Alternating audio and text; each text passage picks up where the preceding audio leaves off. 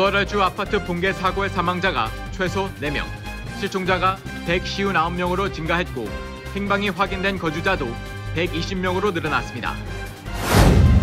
델타 변이에 이어 또 다른 변종 델타 플러스 변이가 세계 각국에서 확산하고 있습니다. 이 변의 전염력과 치명률 등은 아직 파악 중에 있습니다.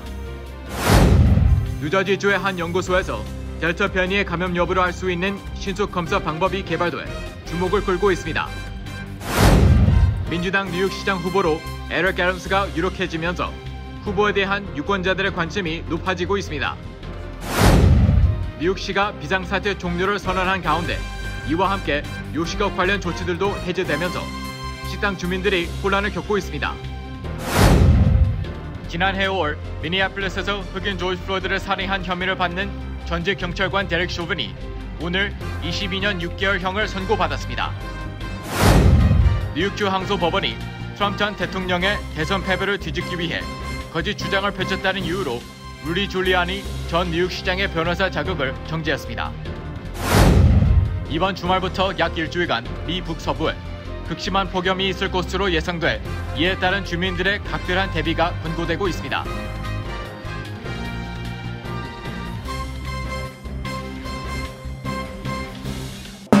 노아은행 맨해튼 지점이 한인타운 중심부인 31가와 32가 사이 피프스 애비뉴 1층으로 확장 이전했습니다.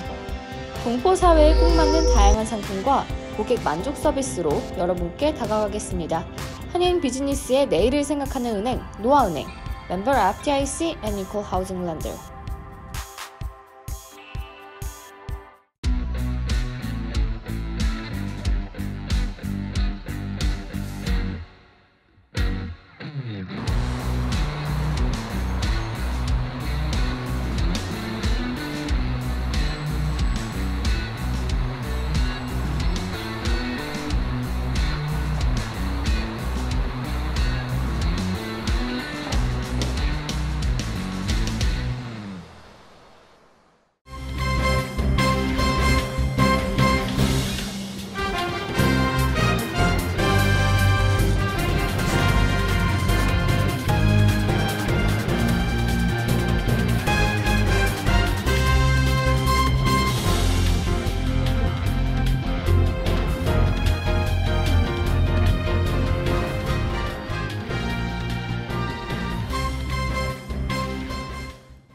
여러분 안녕하십니까?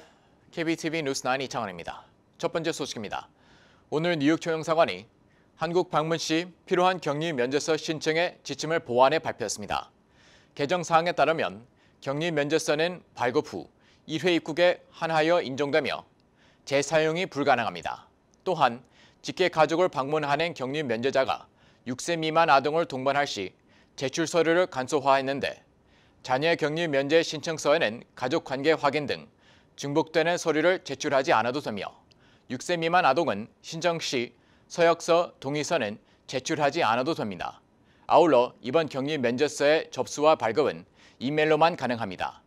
신청 서류 중 일부가 누락되었거나 보완이 필요한 경우 역시 이메일로 연락을 받을 수 있으며 스팸 메일이나 정크메일까지 확인하기를 당부했습니다.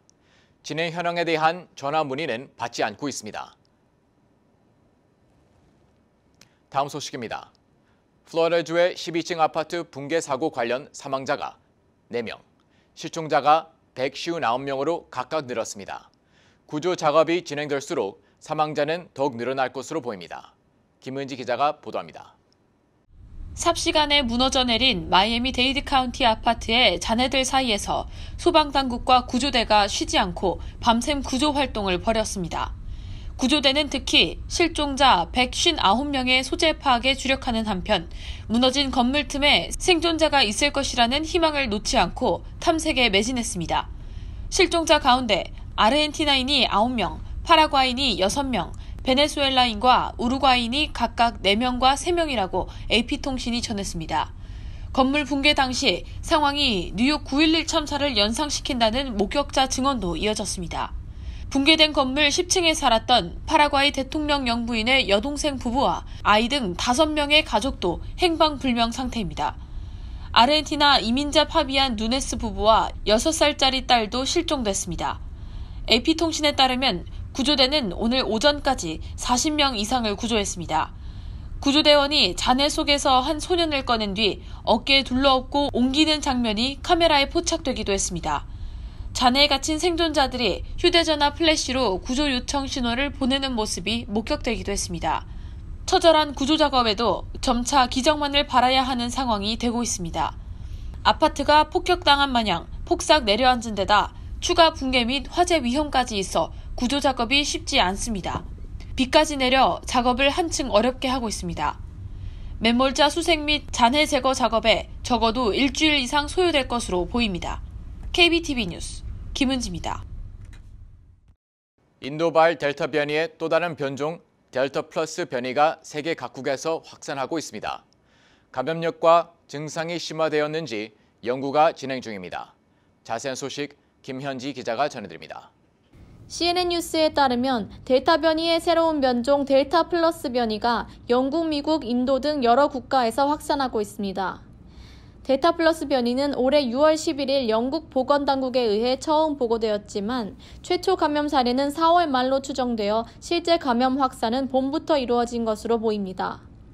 현재까지 11개국에서 200건 이상의 표본이 채취되었으며 미국이 83건의 감염 사례로 가장 높고 영국이 41건, 인도가 40건으로 뒤를 이었습니다. 인도 보건부는 델타 플러스를 우려 변이로 지정하고 변이가 발견된 마하라시트라 등 3곳의 주정부에 경계 조치를 내렸습니다. 델타 플러스 변이는 그 외 캐나다, 일본, 네팔, 폴란드, 포르투갈, 러시아, 스위스, 터키 등에서도 발견되었습니다. 연구에 따르면 델타 플러스 변이는 감염자의 인체 세포에 접촉되는 바이러스의 부분인 스파이크 단백질에 영향을 준다고 알려졌습니다. 런던 대학교 유전 연구기관의 지도연구원 프란수아 발로에 따르면 이 변이는 완전히 새로운 것이 아니며 작년 3월 카타르에서 채취된 코로나 바이러스 세포에서도 찾을 수 있었고 작년 가을 남아프리카에서 처음 발견된 베타 변이에서도 포착되었습니다. 더불어 감염력에 주는 영향은 아직 자세히 알려지진 않았지만 백신의 면역력을 약화시킬 가능성이 있다고 말했습니다. 인도 정부는 델타 플러스 변이가 가장 많이 알려진 변종일 뿐이며 델타 플러스의 또 다른 변이 등 다른 변이들이 많이 존재한다고 밝혔습니다. 현재까지 전 세계에서 발견된 코로나 바이러스 변종은 약 160가지에 달한다고 알려졌습니다. 인도 정부의 코로나 바이러스 유전자 분석지는 델타 플러스가 더 높은 감염력, 폐세포 접착력, 그리고 항체 반응의 감소 등 우려되는 특성들을 보이고 있다며 이에 대한 면밀한 분석이 진행되고 있다고 밝혔습니다. 한편 연구에 따르면 델타 플러스의 모태격인 델타 변이는 기존 코로나 바이러스보다 40에서 60% 감염력이 더 높다고 알려졌습니다. 이스라엘에서는 신규 감염의 90%가 델타 변이에서 온 것으로 밝혀졌는데 이 중 절반은 화이자 백신의 접종을 마쳤던 것으로 알려졌습니다. 이에 팬데믹으로부터 정상화 궤도를 밟고 있던 이스라엘 정부는 실내 마스크 착용 등의 규제 조치를 다시 적용했습니다. KBTV 뉴스 김현지입니다.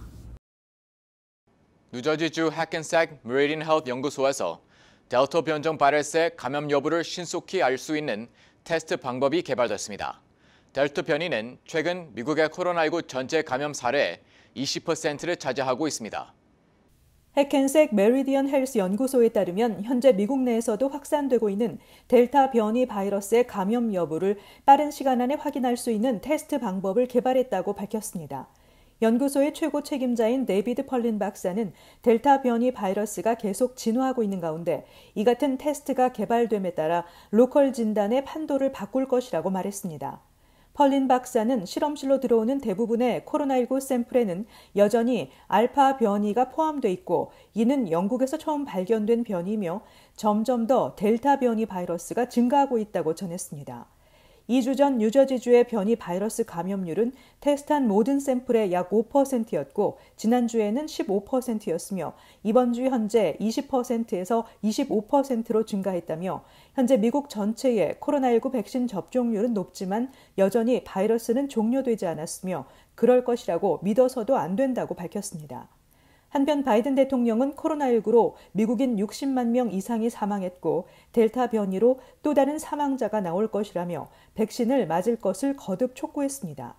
바이든 대통령은 백신을 접종하지 않은 사람들은 믿을 수 없을 정도로 취약하다며 델타 변이는 전염성이 강하고 잠재적으로 치명적이며 특히 젊은 층에게 위험하다고 말했습니다. 질병통제예방센터에 따르면 델타 변이는 최근 미국의 코로나19 전체 감염 사례의 20%를 차지하고 있습니다. 2주 만에 약 2배 증가했으며 몇 주 내에 미국의 지배종이 될 수 있다고 전문가들은 경고하고 있습니다. 지난 20일 실시된 선거에서 민주당 뉴욕시장 후보로 애덤 제비 후보의 당선이 유력시 되면서 유권자들의 관심이 높아지고 있습니다. 애덤스 후보가 오는 11월 본선거에서 시장으로 당선된다면 뉴욕 역사에서 두 번째로 아프리칸 아메리칸 뉴욕시장이 탄생하게 되는데요. 애덤스 후보의 간략한 소개 내용을 김은지 기자가 보도합니다. 뉴욕 원 등 언론 보도에 따르면 올해 61세인 아담스 후보는 많은 뉴요커들처럼 역경 속에서 자랐고 그것을 극복했습니다. 브루클린에서 태어나 그는 미혼모 가정의 6자녀 중 한 명이었습니다. 어머니는 자메이카 남부에서 가정집 청소부로 일하면서 아이들을 키웠습니다. 때문에 그의 가족은 언제 퇴거 통지를 받고 집에서 쫓겨날지 모르는 불안 속에서 살았습니다. 그는 베이사이드 고등학교를 졸업하고 브루클린 지방검사 사무실에서 서기관으로 일하며 뉴욕시립 공과대학을 졸업했습니다. 그는 15살 때 특별한 범죄 혐의 없이 체포돼 경찰서 지하에서 폭행을 당하면서 인종차별성 폭력에 분노했습니다. 그는 가난과 인종차별의 고통을 딛고 일어서기 위해 대학 졸업 후 NYPD에 합류 20여 년간 일했습니다. 그리고 경찰국장 등을 지내며 NYPD 내에 인종차별과 편견에 맞서 싸우며 주요 개혁을 추진했습니다. 2006년부터 2013년까지 약 7년 동안 뉴욕주 상원의원으로 활동했습니다. 2014년부터 현재까지 브루클린 보로장으로 재직하고 있습니다. 또 2016년 당뇨 진단을 받은 후 채식을 하고 있으며 이후 6개월 만에 30파운드를 감량하고 당뇨를 극복한 것으로 유명합니다. 그러나 그의 결혼 생활 등 개인적인 삶은 베일에 가려 있습니다. 그는 조단 콜만이라는 아들과 함께 살고 있습니다. 여자친구가 있는 것으로 알려지고 있을 뿐 가족 관련 세부 사항은 공개하지 않고 있습니다. KBTV 뉴스 김은지입니다. 뉴욕시가 팬데믹 비상사태 종료를 선언하면서 한시적으로 허용되었던 식당의 주류 포장 배달 서비스가 함께 중단되었습니다. 그러나 갑작스러운 통보에 식당 주민들의 반발이 일고 있습니다. 김현지 기자의 보도입니다. 뉴욕주 주류당국은 오늘부터 팬데믹 동안 허용되었던 식당의 주류 포장 배달 서비스를 금지하기로 결정했습니다. 팬데믹 동안 매출 하락의 위기를 맞은 식당들을 돕기 위해 통과되었던 이 법안은 23일 앤드류 쿠오모 뉴욕 주지사가 비상사태 종료를 선언하면서 주류당국에 의해 폐지되었습니다. 갑작스러운 통보에 레스토랑 주인들은 칵테일 제조용 주류와 포장 용기 등의 재고를 소진할 수 없게 되었습니다. 판매가 중단되기 전 마지막 날인 목요일, 뉴욕의 많은 식당과 술집들은 포장 주류의 50%의 할인율을 적용하는 등 쌓인 재고를 해결하기 위해 고군분투했습니다. 이스트빌리지의 한 식당 아모르 이 아마고의 주류 관리인 서더티그는 수개월 동안 판매할 양의 음료병, 마개, 상표가 남아있다며 팬데믹의 비상사태는 끝났지만 회복되어야 할 상처는 남아있다고 낙담했습니다. 또한 그리니치 빌리지 업앤업의 체임 도어만은 식당들에게 팬데믹은 계속되는 갑작스러운 변화에 대응하는 과정이었다며 근시안적이고 잔인한 조치라고 개탄했습니다. 한편 뉴욕의 주류 판매점 조합은 이번 결정에 안도하고 있습니다. 조합원장인 스티븐 칼로그리디스는 팬데믹이 끝난 지금 식당들은 주류 판매점의 매상에 더 이상 영향을 주지 말고 본업으로 돌아가야 한다고 전했습니다. 주류 포장 판매는 텍사스, 플로리다, 조지아 등 미국 12개 주 이상에서 팬데믹 이후에도 영구적으로 허용하기로 결정했는데 뉴욕 주류 당국은 이 같은 수순을 밟지 않기로 결정해 요식업계에 충격을 주고 있습니다. 식당과 술집 주인들은 여전히 법안 변경에 대한 기대를 놓지 않고 있습니다. KBTV 뉴스 김현지입니다. 작년 5월 조지 플로이드를 죽음으로 몰아간 전 경찰관 데릭 쇼븐이 오늘 22년 6개월의 형을 선고받았습니다. 보도에 김현지 기자입니다. 오늘 재판을 주재한 미네소타 헤네핀 카운티 지방법원의 피터 카일 판사는 조지 플로이드 살인 혐의로 기소된 데릭 쇼빈에게 22년 6개월의 형을 선고했습니다. 쇼빈은 지금까지 복역한 199일의 시간을 인정받았습니다. 피터 카일 판사는 감정이나 연민으로 선고를 내리지 않았지만 플로이드의 가족이 입은 고통에 깊이 공감한다고 말했으며 판결이 여론에 근거한 것이 아니라고 밝혔습니다. 쇼빈은 60일 이내로 항소를 신청할 수 있으며 재판에 앞서 오늘 기각된 재심리 요청에 대해서도 항소할 수 있습니다. 앞서 지난 4월 쇼빈은 2급 살인과 3급 살인 그리고 2급 과실치사 혐의의 유죄 판결을 받아 수감되었습니다. 6월 2일 미네소타 검찰은 쇼빈의 30년을 구형했는데 이 같은 기간은 피고가 희생자, 희생자의 가족, 그리고 사회에 끼친 중대한 상처를 반영하는 것이라고 공소장에 기록했습니다. 이에 대해 쇼빈의 변호사인 에릭 넬스는 복역한 시간을 형량에 가산하여 집행유예를 선고할 것을 요청했습니다. 쇼빈은 지난해 5월 25일 미네소타주 미니애폴리스에서 위조 지폐 혐의를 쓴 플로이드의 목을 9분 29초 동안 짓눌러 죽음에 이르게 한 것으로 알려졌습니다. 숨을 쉴 수 없다고 반복적으로 호소했던 플로이드는 곧 질식해 사망했고 이는 흑인의 차별 논란을 불러일으켜 전 세계적으로 흑인의 생명도 소중하다는 블랙 라이브스 매터 운동이 일어났습니다. 한편 어제 브루클린에서는 조지 플로이드의 조각상에 스프레이를 뿌려 손상시킨 사건이 발생했습니다. 범행은 24일 새벽 3시 이후에 벌어진 것으로 보이며 4시간 뒤 경찰에 의해 발견됐습니다.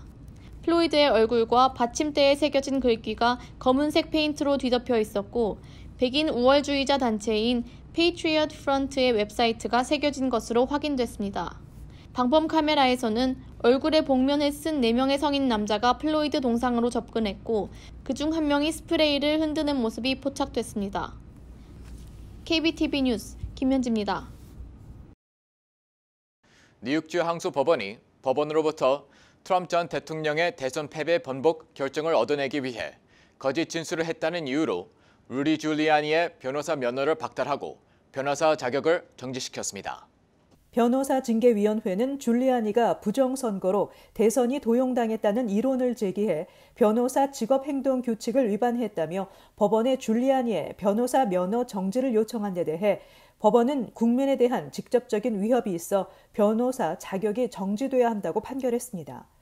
법원은 줄리아니가 트럼프 전 대통령의 변호인으로 법원, 국회의원, 일반 국민에게 거짓과 오해의 소지가 있는 진술을 했다고 밝혔습니다. 재판부는 줄리아니의 위법 행위는 더없이 심각하다며 미국은 2020년 대선의 합법성과 조 바이든 현 대통령에 대한 계속되는 공격으로 분열되고 있다고 밝혔습니다. 또 줄리아니가 자신의 주장을 뒷받침할 증거를 전혀 제시하지 못했다며 그의 주장들을 기각했습니다. 그러나 뉴욕시장을 지냈던 줄리아니는 고의로 거짓 진술을 하지 않았다며 자신에 대한 조사는 수정헌법 제1조의 언론의 자유를 침해한 것이라고 주장했습니다. 트럼프 전 대통령은 줄리아니의 변호사 자격 정지에 대해 정치적 마녀 사냥이라고 말했으며 줄리아니는 법원의 결정은 소문을 근거한 것으로 민주당 전국위원회가 그러한 소문을 작성한 것일 수도 있다고 말했습니다. 줄리아니는 자신이 살해 위협을 받았고 수입의 상당 부분을 빼앗겼으며 친구들을 잃었다고 주장하며 자격 정지는 자신의 입을 다물게 하기 위한 것이라고 덧붙였습니다. 이번 주말부터 약 일주일간 북서부에 극심한 폭염이 있을 예정입니다. 기상국은 기록적인 더위로 인한 일사병에 대비하라고 권고했습니다. 김현지 기자가 보도드립니다. 이번 북서부를 강타할 기록적인 폭염은 워싱턴, 아이다호, 오레곤주를 지나 북부 캘리포니아까지 진행되며 독립기념일 주말까지 길게 이어질 전망입니다. 워싱턴 스포켄 기상국은 화씨 100도가 넘는 더위가 며칠 동안 지속될 것이라며 예방 조치를 취하지 않는다면 폭염으로 인해 일사병을 얻을 수 있다고 전했습니다. 더불어 이번 토요일과 일요일 워싱턴과 오레곤에서는 평년의 20에서 30도를 웃도는 기온이 예측된다고 말했습니다.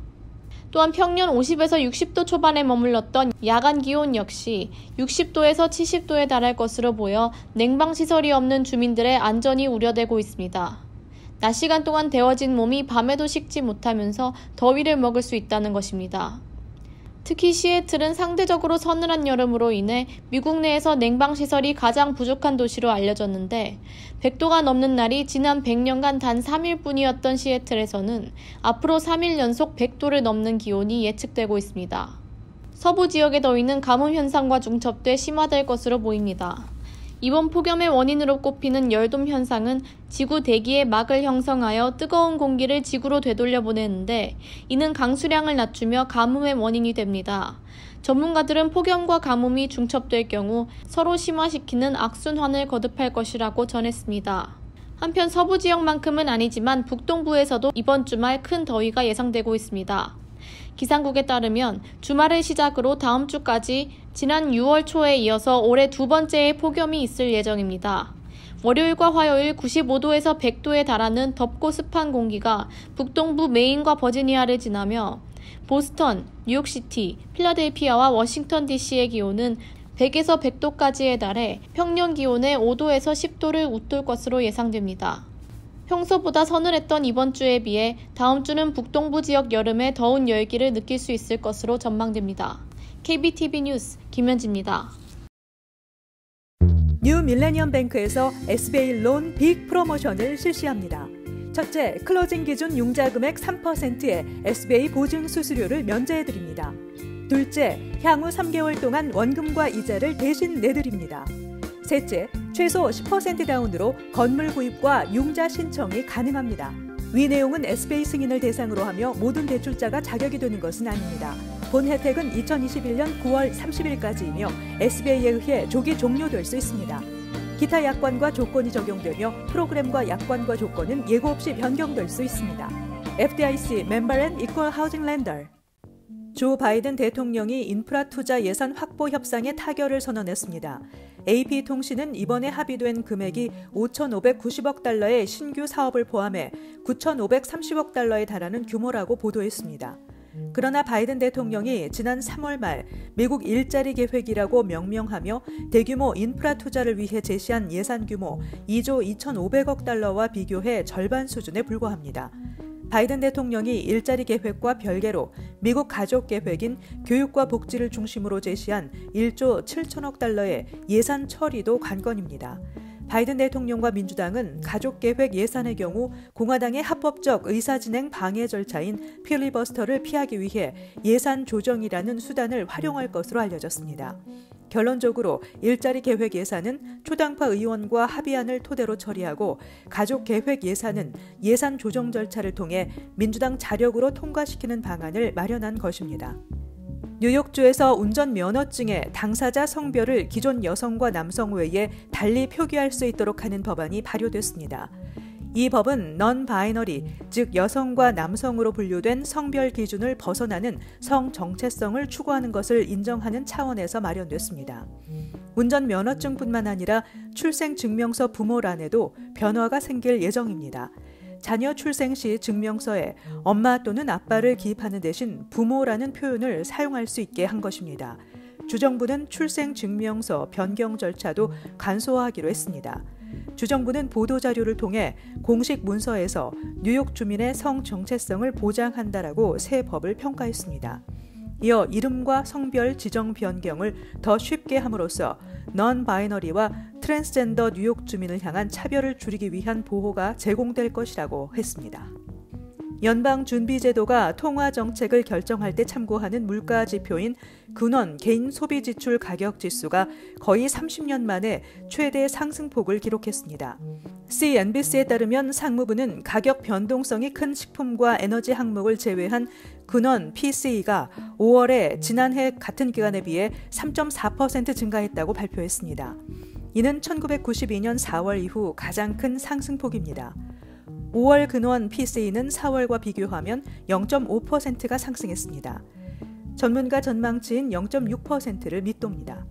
다만 미국의 경제활동 규제 완화 시점을 고려하면 6월 수치부터 전년 같은 기간에 비해 상승률은 현재 수준보다 감소할 수 있다고 CNBC는 전했습니다. 식품과 에너지 가격을 포함한 5월 PCE는 지난해에 비해 3.9%, 전달에 비해 0.4% 상승했습니다. 상승 대부분은 에너지에서 비롯됐습니다. 뉴욕시 지하철 범죄율이 하락 곡선을 그리고 있는 것으로 나타났습니다. 메트로폴리탄 교통공사가 뉴욕시경의 자료를 인용해 발표한 자료에 따르면 지난 7일부터 20일 2주 동안 중범죄 폭행 사건은 14건이 발생했습니다. 이는 지난 5월 3일에서 16일 36건이 발생한 것과 5월 17일에서 30일 25건에 비해 줄어든 수치입니다. 뉴욕시가 급증하고 있는 지하철 범죄를 해결하기 위해 지난달 17일 추가로 경찰 인력을 투입하면서 범죄율 감소에 영향을 미치고 있다는 진단입니다. 뉴욕시는 지하철 내 범죄를 근절하기 위해 지난 2001년 9.11 테러 이후 최대 규모인 3,250명의 경찰 병력을 지하철에 투입한 상태입니다. 잠시 후 커뮤니티 브리핑을 전해드립니다. 노아은행 맨해튼 지점이 한인타운 중심부인 31가와 32가 사이 피프스 애비뉴 1층으로 확장 이전했습니다. 동포 사회에 꼭 맞는 다양한 상품과 고객 만족 서비스로 여러분께 다가가겠습니다. 한인 비즈니스의 내일을 생각하는 은행 노아은행, 멤버 FDIC and Equal Housing Lender.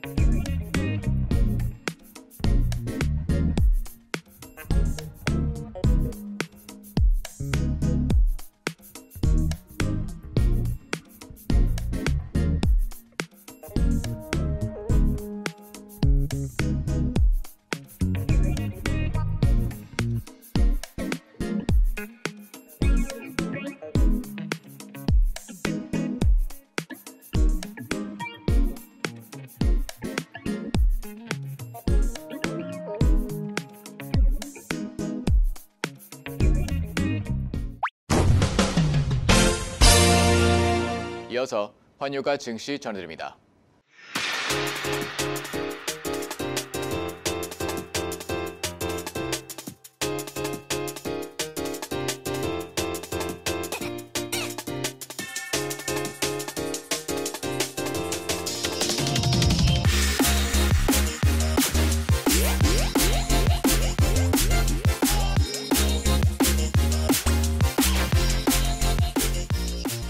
잠시 후 뉴욕과 뉴저지 날씨 전해드립니다.